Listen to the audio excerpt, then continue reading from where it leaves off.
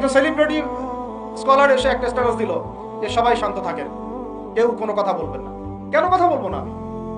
শান্ত থাকেন বলার আগে আপনার বলা উচিত ছিল যে আমার ভাইকে এভাবে মারা হয়েছে, আমি এর তীব্র নিন্দা জানাই এবং এর বিচার আমি দাবি করি। তারপরে আপনি বলতে পারতেন আপনারা শান্ত থাকেন, আমরা বিষয়টা নিয়ে করছি।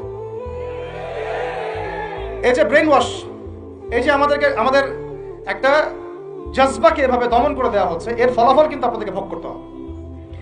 আচ্ছা ঠিক আছে, 10 জন মারা হলো চুপ করে থাকেন, ভালো কথা। আরো 100 জন মারা হলে তখনই কি চুপ করে থাকবেন? যদি একটা জেলার উপর আক্রমণ হয় তখনই কি চুপ করে থাকবে? আপনারা শয়তান থেকে পালাতে চাচ্ছেন, কিন্তু শয়তান তো আপনাকে ছাড়বে না। আপনি কিছু বলেন আর নাই বলেন, আমি বলছি না এখনই বলেন, আমি বলছি আপনি এই হত্যার উপযুক্ত বিচার আমাদের সামনে নিশ্চিত করেন। জাতির সামনে এই 20-30 জন লোককে হাজির করে প্রকাশ্যে ফাঁসি দিয়ে দেখান যে হ্যাঁ আমরা পক্ষে আছি। কিছুই করতে পারেন না এই পর্যন্ত, আপনারা কিছুই করতে পারেন নাই। ফরিদপুরের ঘটনা কিছু করতে পারেন নাই। এরকম ঘটনা বিচ্ছিন্ন না, এরকম ঘটনা বাংলাদেশের লাস্ট 5 বছরে এবং বিগত 15 বছরে অনেকগুলো হয়েছে।